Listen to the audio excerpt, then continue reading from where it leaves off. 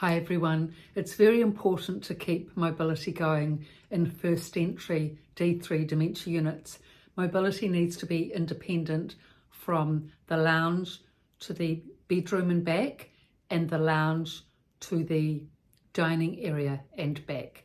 And if the mobility is such that the person is not independent, then chances are they will need to go to the local retirement village hospital. So as much as possible, we want to keep the person in the dementia unit. Now there's 3 ways to be able to help mobility, and that is through the exercise classes, steps and stairs, and walks outside, all of which encouragement goes a long way in this from relatives. Encouragement, support, walks outside all help a lot in mobility and being able to keep up this independence. So firstly, I'd just like to go into the exercise classes and how to help your parent with that and why it is so helpful.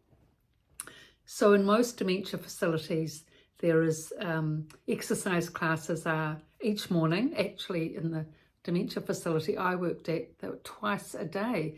At the actual retirement village, it was twice a week. At the dementia unit, twice a day, which I had to take. Now that is a lot. I have to say that is a lot, but you know, some of the residents actually really enjoyed it, especially those with really stiff shoulders. There were 3 that had frozen shoulders that could hardly get up above 90 degrees. And some of the residents, I'd say about a third, had been very sporty. You know, sport's a big thing in New Zealand, and they love the exercise classes, and they, you know, avidly come to both morning and afternoon sessions and encourage others to come along as well. Now, the other thing, aside from getting flexibility, aside from at least maintaining the strength in the muscles, if not increasing it, is the socialization. The exercise classes are very good for socialization because they're often held after the morning press reading in the morning, or the newspaper, the national news, excuse me, the world news. So that's, you know, a good cognitive activation. And then after that, the physical activation with the exercises. So they just go hand in hand, good partnership. And then after that, it's lunch. So they've had a bit of exercise before their lunch. So the mornings can be, you know, good participation, a good participative exercise, you know, for the brain activity and physical activity.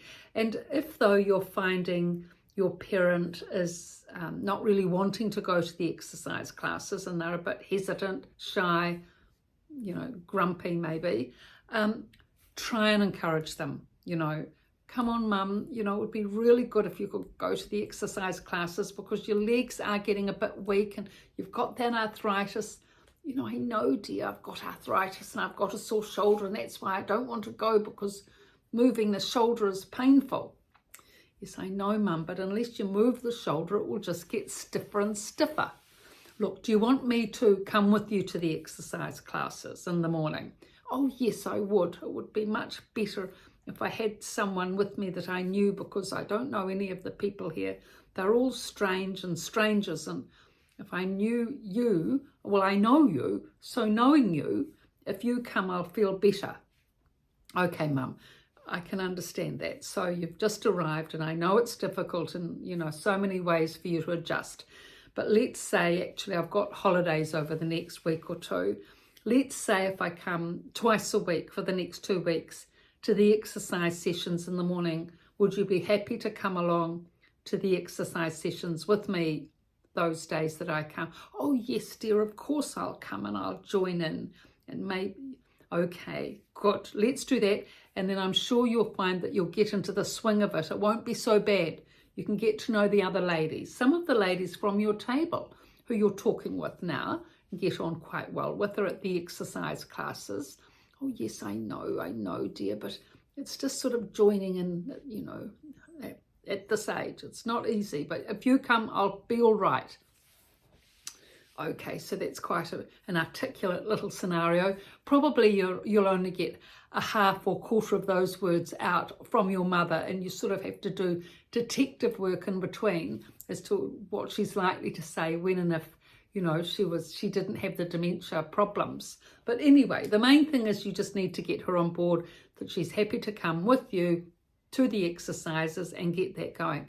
So often when relatives come to the activities, the press reading, you know, the exercises, any of the activities, when they come with their parent, it is just that encouraging sort of step of encouragement, that's it, that the parent needs, that helps so much in being able to just get the ball rolling. Now, in terms of steps and stairs, they are really fantastic. Those steps and stairs are really fantastic for increasing leg strength. So if you've got steps and stairs, if the dementia unit is on the first floor, it's good to just take your mother or father up and down those steps or stairs when you come to visit, just once or twice, to keep the quadriceps going, the front muscle of the thigh, because it gets weak very quickly.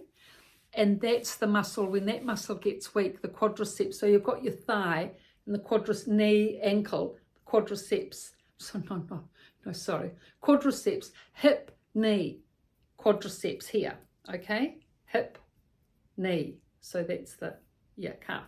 So that's that muscle that bulges at the top of the leg, you know, on the femur. That's the main muscle that needs to keep strong in a dementia unit. For sitting, to standing, for walking, for steps and stairs, it's essential. So as the dementia unit is all flat, the quadriceps muscle doesn't get much strengthening. But if you can go up and down steps and stairs with your parent, either a set of stairs if it's at the unit, if it's the first floor, or just outside of these steps and stairs you can go up and down. Or if you take your parent out for the day to your home, there may be some steps and stairs going into the house that you can practice with if there's a rail, all these different ways. But the thing is, the legs do need strengthening and exercising, and that main muscle, the quadriceps, needs to keep strong. The other thing too is with walks outside and how it helps mobility, the varying terrain. It's really important, because it's not just strength and flexibility, it's balance. The all-important balance is needed. You know, those balance reactions, which can go a little bit faltery.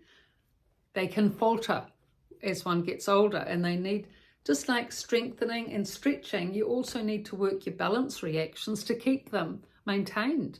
So that's why walking outside on varying terrain, curbs and steps and uneven slopes and little hills are good, because it just keeps that balance going. You've really got to maintain that.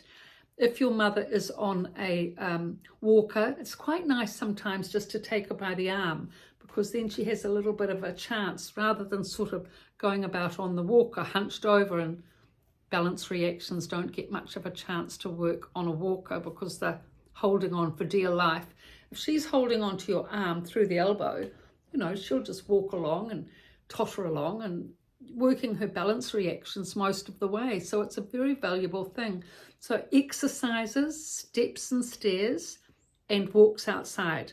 These are the three things to encourage your mother with, and to help her with, and to give her the opportunity to partake in, so that her mobility can keep maintained, so she can stay at the dementia unit and not have to, you know, go on to other care. So I've written 2 books on all this, The Resident's Rise from a Dementia Unit and The Resident's Voice from a Dementia Unit. So these 2 books are primary in all this work in these videos. The books are the primary point, and the videos are actually the secondary point, which I actually started just to give explanation to the epilogues in the books at the second half of both books. But they seem to have taken off more than the books, I have to say. But still, the books are still very important. And if you're a reader, especially if you're a reader and enjoy reading, I really suggest you get the books. Both are on Amazon, both are on my website description below. And, you know, there's so much information to learn really about this, isn't there? And if you can read it in a book and watch the video and get, you know, both the visual and the audio stimulation going and the reading skills, it's great.